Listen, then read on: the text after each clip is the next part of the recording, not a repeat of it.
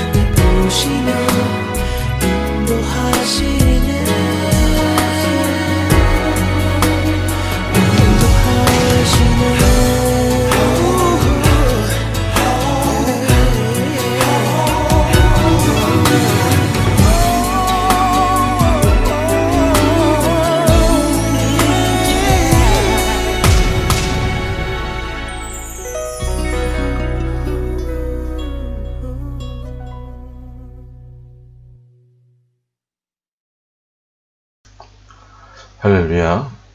2020년 8월 30일 어느덧 8월의 마지막 주가 되었습니다. 오늘도 변함없이 구약 성경 예레미야서 강의 말씀으로 함께 은혜를 나누기를 원합니다. 오늘은 예레미야 41장 1절로 18절의 말씀을 통해서요, 숨겨진 듯 나타난 뜻, 숨겨진 듯 나타난 뜻, 이런 제목으로 하나님의 말씀을 선포하도록 합니다. 오늘 본문을 잘 보시면 겉으로 볼 때 잘 믿는 사람처럼 보이고, 정말 겉모습을 볼 때는 충성스러운 애국자요, 이만큼 민족을 누구보다 사랑하는 사람처럼 사람은 없다, 그렇게 생각이 될 정도로 사람의 모습이 보이지만 사실은 하나님의 뜻을 바르게 분별하지도 못하고 자기의 욕망과 자기의 욕심에 끌려서 결국 자신도 망가지고 민족도 망친 두 명의 어리석은 지도자의 모습을 나타내주고 있습니다. 그런가 하면 그러한 우매한 지도자를 때문에 죽임을 당했던 신실한 믿음의 사람들의 모습도 기록되고 있습니다. 오늘 본문의 시대적인 배경은 이러합니다. 하나님의 종들이 지도자를 향해서 당신들이 그렇게 살면 민족이 망하게 된다, 아무리 외쳐도 그들이 그 경고를, 그 말씀을 무시했습니다. 듣지 않았습니다. 왜냐하면 자기들 손에 현재 보이는 힘이 있고 능력이 있고 재력이 있으니까 하나님의 말씀을 무시했어요. 심지어는 주의 종들을 때리기도 하고 감옥에 가두기도 했습니다. 하나님의 역사의 몽둥이가 급기야 바벨론이라고 하는 그 강한 나라를 들어서 전쟁으로 때렸습니다. 그래서 왕자들은 비참하게 살해당하고 이스라엘의 맨 마지막 왕인 시드기야 왕은 두 눈이 뽑힌 채로 사슬에 묶여서 끌려가게 되죠.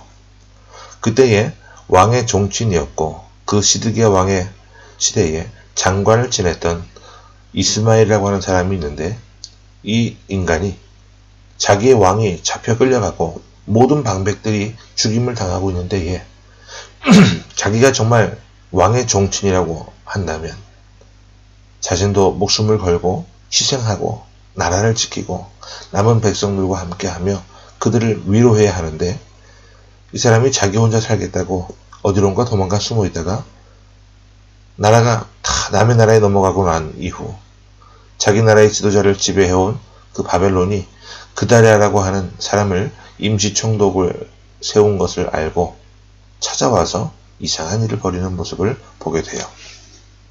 그러면 우리 1절 말씀부터 함께 보겠습니다. 자, 시작. 일곱째 달에 왕의 종친 엘리사마의 손자요 느다나의 아들로서 왕의 장관인 이스마엘이 10사람과 함께 미스바로 가서 아이감의 아들 그다랴에게 이르러 미스바에서 함께 떡을 먹다가, 한 사람을 소개하고 있는데 아주 굉장히 복잡한 과정을 통해서 소개를 하고 있어요. 왕의 종친이라고 하고 또 누구의 손자라고 합니다. 이 말은 그만큼 영향력이 있는 사회적인 인물이었다, 그 말입니다. 한 시대를 풍미하고 민족을 건질 만한 그릇이 될 만한 사람이었어요. 하지만 그에게 유일하게 없는 것이 하나 있었는데 바로 믿음이었습니다. 지금 자기 왕이 잡혀가고 모든 사람들이 다 죽임을 당하고 있는데 혼자 도망가서 살겠다고 자기 부하 10사람을 데리고 도망갔다가 나타나는 거예요. 그리고 나타나서 총독 관저로 찾아가서 함께 식사를 하는 모습이 오늘 본문에 나타나고 있습니다. 그러면 식사하는 이유가 뭘까요? 목적이 무엇일까요? 우리나라가 비록 망했어도 당신이 임시 지도자로 세워졌으니 이제 힘을 합쳐서 우리 민족 다시 한번 살려내고 나라를 재건하고 우리 백성들 용기를 북돋아주자. 그렇게 의미 있는 자리가 되어야 하지 않겠습니까? 근데 그렇지 않았어요. 우리 2절과 3절을 계속해서 봅니다. 시작. 느데나의 아들 이스마엘과 그와 함께 있던 10사람이 일어나서 바벨론의 왕의 그 땅을 위임했던 사반의 손자 아히감의 아들 그데랴를 칼로 쳐 죽였고 이스마엘이 또 미스바에서 그데랴와 함께 있던 모든 유다 사람과 거기에 있는 갈대아 군사를 죽였더라. 그러니까 모든 유대인들, 자기 민족의 씨앗으로 남은 사람들까지 모조리 싹 다 죽여버린 거예요. 왜 이런 일을 합니까? 자기 민족은 지금 망가졌지만, 자기 왕정은 무너졌지만, 그나마 자기 동족이 총독으로 세워져 있으면 감사한 일이고, 또 자신이 왕의 종신이라고 한다면 그를 잘 도와서 무너진 나라를 회복시키고 나라를 잃어버리고 비탄에 빠진 그 백성들을 위로하고 새 소망을 주는 일을 도모하는 것이 마땅한 일일진데 세운 총독을 죽이고 자기 동족들을 유다 사람들을 무참하게 살해했습니다. 이유가 뭡니까? 시기와 질투 때문이요. 우매무지한 자기 판단 때문에 그래요. 자기가 정말 왕의 종신이라고 한다면 자기 민족이 어려운 일을 당했을 때 목숨을 걸고 자기가 먼저 희생해야 될 것 아니겠습니까? 그런데 어려운 일을 당할 때 도망갔다가 와놓고 자기 생각은 안 하고 와서 하는 말이 내가 왕의 종신인데 그대라 네가 말이다 별 볼일 없는 네가 어떻게 총독을 하느냐. 화기애애한 분위기를 연출하면서 식사하면서 아무도 의심 못하게 만들어 놓고 그 자리에서 칼로 쳐 죽였습니다. 얼마나 은밀하게 계획을 했는지요? 4절 한번 보세요. 자, 시작. 그가 그대를 죽인 지 이틀이 되었어도 이를 아는 사람이 없었더라. 완벽한 준비를 하고요. 살해를 했다는 겁니다. 시기 때문에, 질투 때문에. 이 말을 좀 더 깊게 들어가 보면 나 아니면 안 된다는 생각이 자리를 잡고 있는 거예요. 내가 왕족인데 나 아니면 안 된다는 생각을 갖고 있는 것이죠. 나라가 위태롭고 망가진 것은 생각하지 않습니다. 교회 속에서도 심지어 가정 속에서도 직장 내에서도 이런 사람들 있을 수 있어요. 나 아니면 안 된다. 그리고 자기의 생각, 자기 판단은 하나님의 뜻과 동격인 것으로 생각을 합니다. 아주 단순한 사람들이에요. 자기 땅에는 자기 민족을 사랑한다는 이름으로 명분을 내세우고 합니다. 그러나 사실은 시기와 질투요, 자기 경솔한 판단 때문인 거예요. 하나님의 뜻을 이해하지 못하는 사람들이에요. 자기 민족이 지금 바벨론의 포로가 되었고 망가졌어요. 그러면 그것이 하나님의 징계인 줄 알아서 그 매를 맞고 철저하게 회개하면 하나님의 회복하시는 역사가 일어나게 될 터인데 그렇게 생각하지 않았어요. 좋게 얘기하면 사람이 참 단순하고 우직한 사람이에요. 하지만 다른 각도에서 보면 경솔한 사람이고 자기 판단과 자기 감정에 따라 움직이는 아주 우매한 사람이라는 겁니다. 그런데 이 사람이 자기 뜻으로 이런 일을 벌인 게 아니라는 거예요. 그 당시 암몬이라고 하는 나라의 왕의 사주를 받아서 이러한 일을 벌인 겁니다. 여기서 우리가 깨닫게 되는 것은요, 경솔한 사람은 늘 사단의 도회가 될 수 있다는 것을 우리가 깨달아야 해요. 경솔한 사람은 선한 일에 쓰임받는 것이 아니라 마귀의 노예가 될 수 있다는 것을 꼭 기억하시기 바랍니다. 계속해서 우리 5절 말씀을 봅니다. 시작. 그때에 사람 80명이 자기들의 수염을 깎고 옷을 찢고 몸에 상처를 내고 손에 소재물과 유향을 가지고 세겜과 실로와 사마리아로부터 와서 여호와의 성전으로 나아가려 한지라. 지금 이제 나라가 망가졌죠? 지도자들이 잡혀갔습니다. 그때 조그만 시골이었던 실로, 세겜, 사마리아 이런 도시에서 사역을 하고 있던 믿음의 사람들이 수염을 깎고 옷을 찢으면서, 다른 말로 표현하면 이 나라가 망가진 것은 누구 때문이 아니라 우리 믿는 사람들이 재고시를 하지 못해서 이렇게 된 것이라고 자신의 죄를 자백하면서 몸을 찢고 상하게 하면서 하나님의 전으로 회개하기 위해 나라를 살려달라고 기도하기 위해서 올라오는 그런 귀한 80명의 믿음의 사람들이 있었어요. 그런데 이 이스마엘이 이 귀한 사람들을 어떻게 대하는가? 우리 6절 말씀 한번 봅니다. 자, 6절 시작. 느다나의 아들 이스마엘이 그들을 영접하러 미스바에서 나와 울면서 가다가 그들을 만나 아히감의 아들 그다랴에게로 가자 하더라. 여러분, 겉으로 보면 영접하는 모습이에요. 그죠? 하지만 좀 전에 그다랴를 쳐 죽일 때도 뭐 하다가 죽였어요? 식사하는 자리에서. 지금은 뭐 하죠? 울기도 합니다. 사람이 아주 위장술에 능통한 사람이에요. 우리 계속해서 7절 말씀 한번 보겠습니다. 자, 7절입니다. 시작. 그들이 성읍 중앙에 이를 때에 느데나의 아들 이스마엘이 자기와 함께 있던 사람들과 더불어 그들을 죽여 구덩이 가운데에 던지니라. 시기와 질투의 눈이 멀었고 하나님의 뜻을 분별하지 못하고 자기 뜻이 하나님의 뜻인 줄로 착각해서 지도자를 다 죽였는가 하면 믿음을 순수하게 지킨 그 귀한 사람들마저도 80명씩 다 죽여버려서 구덩이에 묻어버린 거예요. 여러분, 어떻게 이런 일이 일어납니까? 오늘 본문 41장 1절에서 이스마엘이라고 하는 사람을 소개할 때 그 할아버지도 소개되고 그의 사회적인 신분도 소개되고 그에 대한 소개를 장황하게 했어요. 이유가 뭐예요? 몇 대째 신앙이 계승된 사람의 집안의 모습이에요. 지금 말로 하면 아마 교회 장로 집분 정도 될 것 같아요. 그런데 아무리 봐도 이스마엘이 하나님 앞에 나와 예배하며 기도 드린다는 그런 구절을 찾아볼 수가 없어요. 여러분, 민족이 어지럽고 세상이 어두워질수록 하나님의 구별함을 받은 하나님의 백성들은 아무리 힘들고 어려운 상황 속에 있어도 예배가 죽어서는 안 됩니다. 예배가 살아있어야 합니다. 우리 예배가 살아있으면 하나님 말씀을 통해서 성령의 감동으로 하나님의 위로를 경험하고 하나님의 치유를 받게 되고 하나님의 회복하심을 받게 되고 나와 내 가정, 내 민족, 우리 교회를 향한 하나님의 비전을 알 수 있게 돼요. 그러면 우리에게 소망이 있게 됩니다. 그러나 우리 예배가 죽어가면, 우리 예배 생활이 죽으면 처음에는 생활 속에 이런 것들이 나타나지 않아요. 예배 몇 번 안 나간 것, 생활 속에 전혀 영향력을 미치지 않는 것처럼 보일 수 있어요.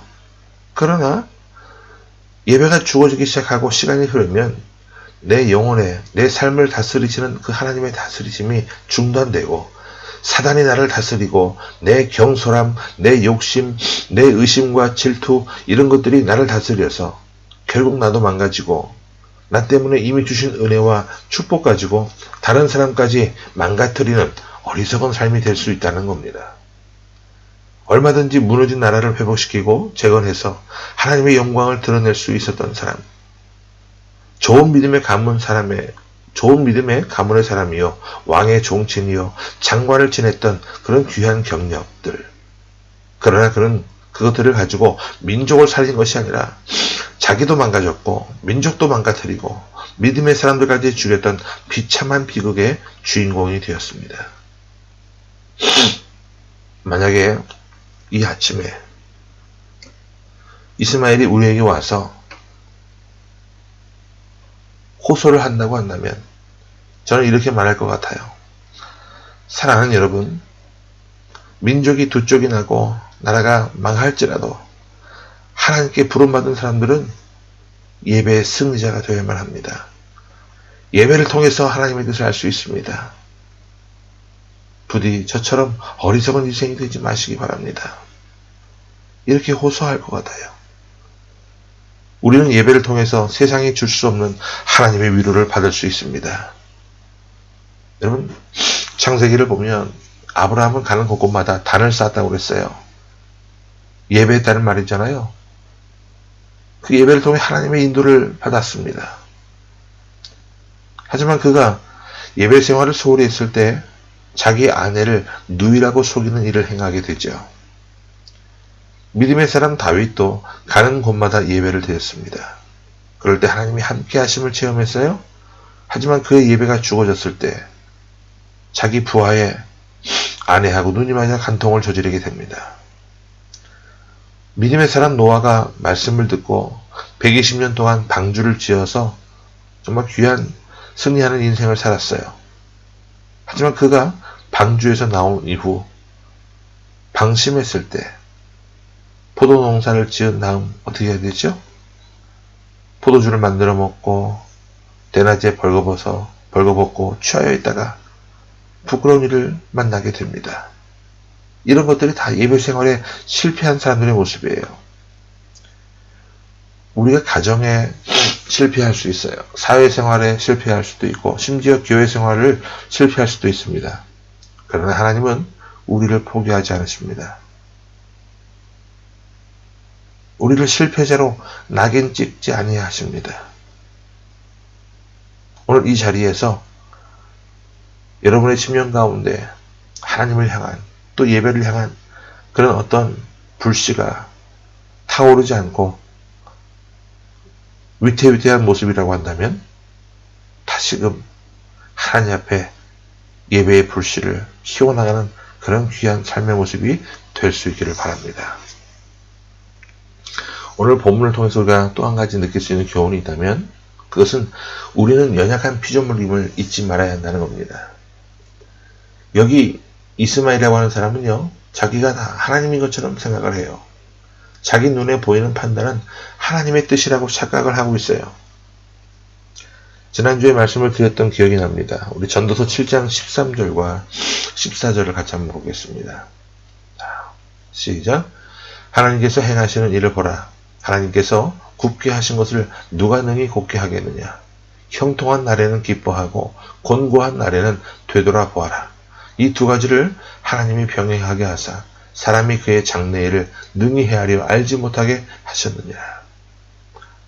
아무리 믿음이 좋은 사람도 아무리 훌륭한 사람도 하나님은 어느 인생에게도 형통함만 주시지 않아요.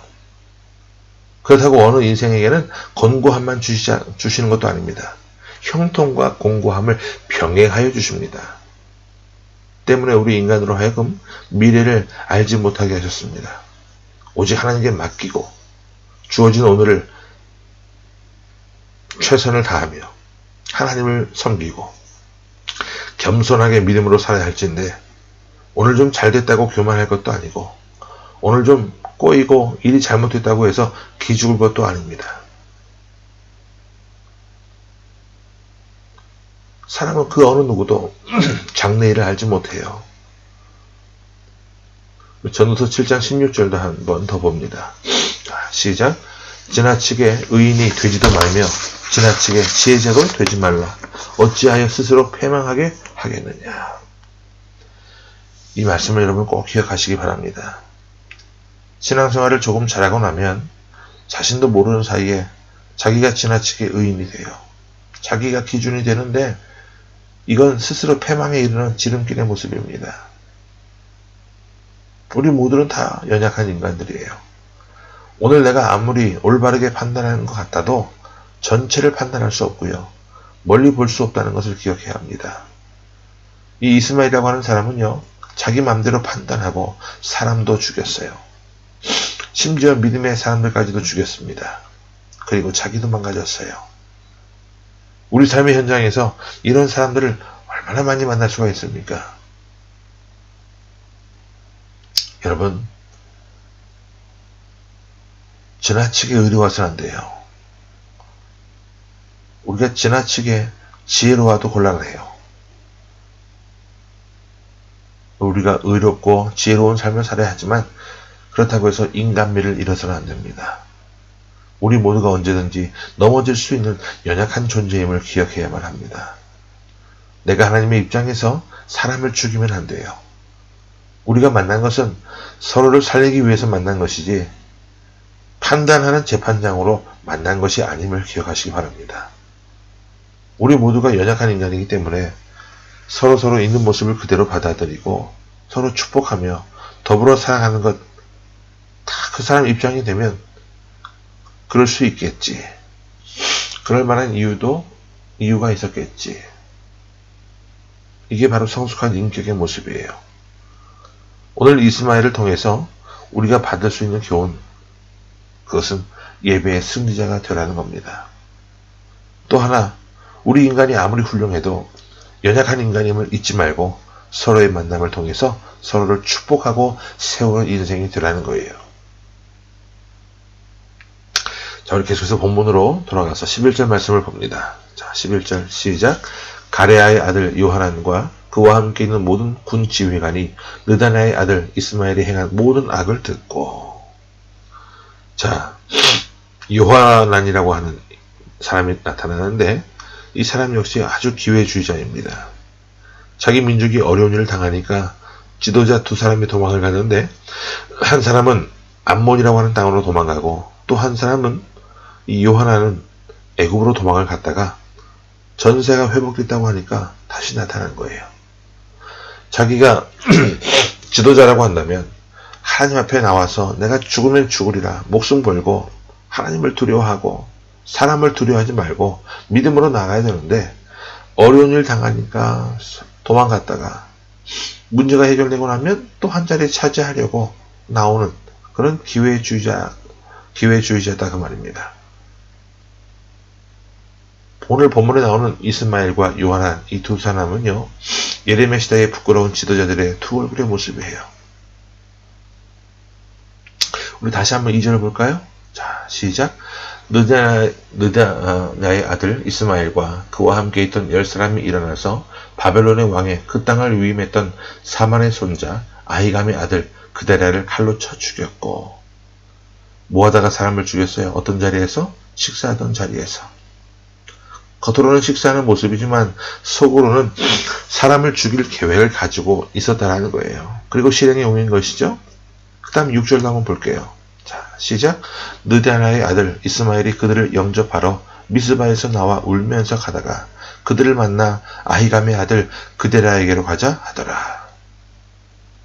겉으로는 울면서 영접하고 실상은 사람들을 죽이는 사람이에요. 겉과 속이 다른 사람이에요. 여러분, 우리 믿는 사람들은요, 좀 투명하게 살아야만 합니다. 두 마음 품지 말고 감춰진 것이 없는 그런 깨끗한 삶을 살았으면 좋겠어요. 예배당에 와서만큼은 허세와 위선 다 벗어버리고 있는 모습 그대로 나오시기 바랍니다. 여기까지 와서 감추려고 한다면 뭐하러 교회 옵니까? 혼자만의 교회를 차리죠. 자기 혼자 목사도 하고 장로도 하고 집사도 하고 혼자 설교도 하다가 그렇게 지내지. 그러지 말라는 거예요. 교회는 인생의 마지막 보루요 피난처가 되어야 할 곳입니다. 계속해서 우리 4절과 5절을 보고 정리해 봅니다. 자, 시작.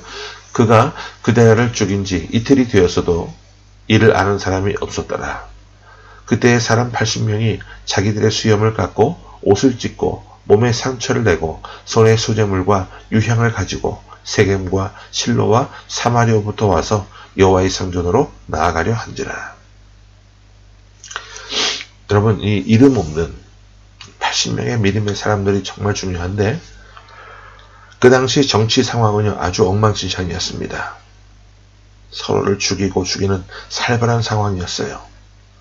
그런데 그런 것하고 전혀 상관없이 이 80명의 믿음의 사람들이 실로와 세겜과 사마리아 이런 지역에서 믿음으로 살다가 민족이 어려워졌다 하는 얘기를 듣고 함께 모여서 하나님의 전으로 올라오는 거예요.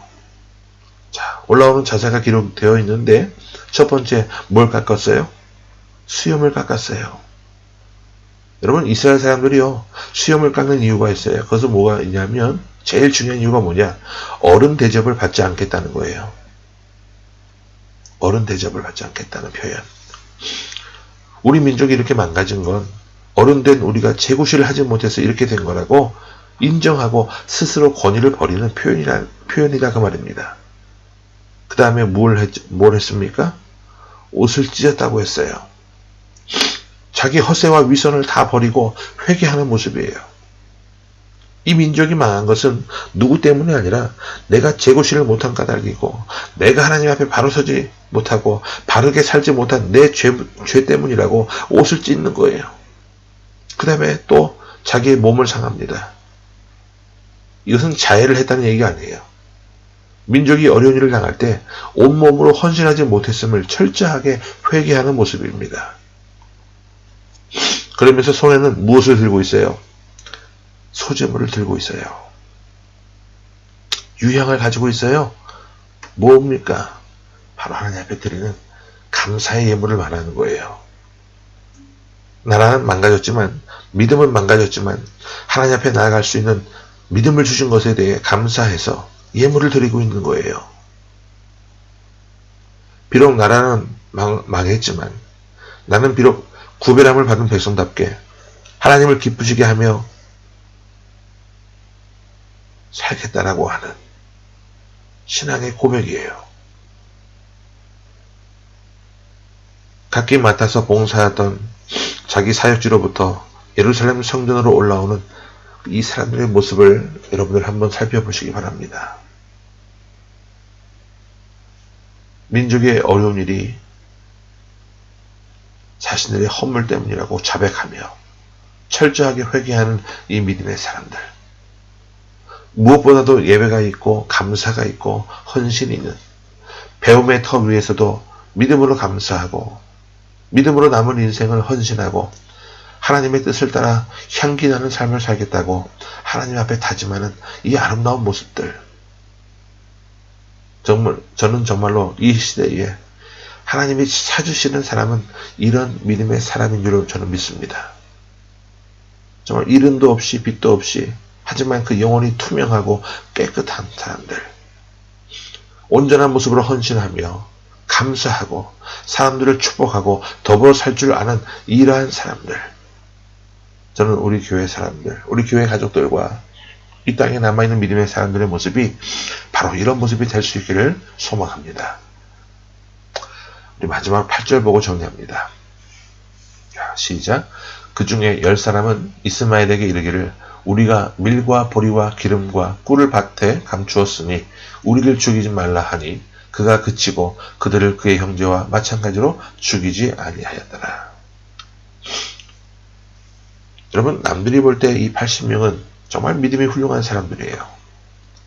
나라가 망가졌어도 감사하고 예배 드리기 위해 올라오는 사람들이었어요. 그런데 정말 훌륭한 사람들이긴 한데 어떤 상황이 주어지니까 하나님 앞에 드리려고 준비한 그 예물을 가지고 오다가 밭에 밀하고 보리하고 꿀을 감춰놨어요. 그것으로 뭘 한 것이죠? 자신들의 생명이 위태해질 때 뇌물을 바치면서 목숨을 부지하려고. 여러분, 우리 믿는 사람들은요, 삶의 형편이 어떠하든 간에 겉과 속이 같고 감춘 것이 없는 영혼이 투명하고 아름다운 사람들이 되어야만 합니다. 마지막 때가 가까우면 가까울수록 많은 사람들이 모이는 것을 패하게 될 겁니다. 게다가 자기를 사랑하고 돈을 사랑하며 스스로를 높이고 하나님보다 지혜롭고 하나님보다 판단자가 되어서 사람들과 더불어 살지 못하고 자기 생각대로 사람들을 함부로 판단하는 그런 교만한 사람들이 지나치게 많이 생기는 것을 보게 될 겁니다. 하지만 구별함을 받은 우리 믿음의 사람들은 첫 번째로 예배의 승리자가 되어야만 하고, 두 번째는 겉과 속이 정직한, 겉과 속이 같은 그런 삶으로 살아가야만 하고, 세 번째로 감춰진 것이 없는 영혼이 투명한 사람으로 사람을 살려내고 축복하며 세우는 그런 사랑의 사도로 쓰임받는 삶이 되어야 한다는 것을 꼭 기억하시고, 저와 여러분이 연약하지만 그런 삶을 통해 하나님이 허락하신 시간대에 또 하나님이 허락하신 또 만남의 복을 통해 우리에게 허락된 시간과 만남을 통해 사람들을 세워나가는 그런 귀한 모습이 될 수 있기를 간절히 주의 이름으로 축원합니다. 아멘. 함께 기도합니다. 사랑의 아버지 하나님, 감사합니다. 어느덧 8월의 마지막 주가 되었는데, 오늘 이 주일 예배에 참석하여 하나님의 말씀을 듣게 하시고 결단할 수 있는 그런 귀한 믿음을 우리에게 허락해 주옵소서. 마음의 평안을 주시되 사람을 두려워하지 않게 하시고, 상황 따라 움직이는 그런 어리석은 기회주의자가 되지 않게 하시고, 오직 말씀의 사람, 기도의 사람, 찬양의 사람, 예배의 사람들이 되어서 하나님의 능력을 힘입고 삶의 현장에 나가 정직하고 투명하고 맑은 영혼으로 살아가되, 그렇지 못한 이웃들을 정죄하는 것이 아니라 감싸 안고 세우고 축복하는 사랑의 삶으로 살아가게 하여 주옵소서. 주 예수 그리스도 이름으로 감사하며 간절히 기도하옵나이다. 아멘.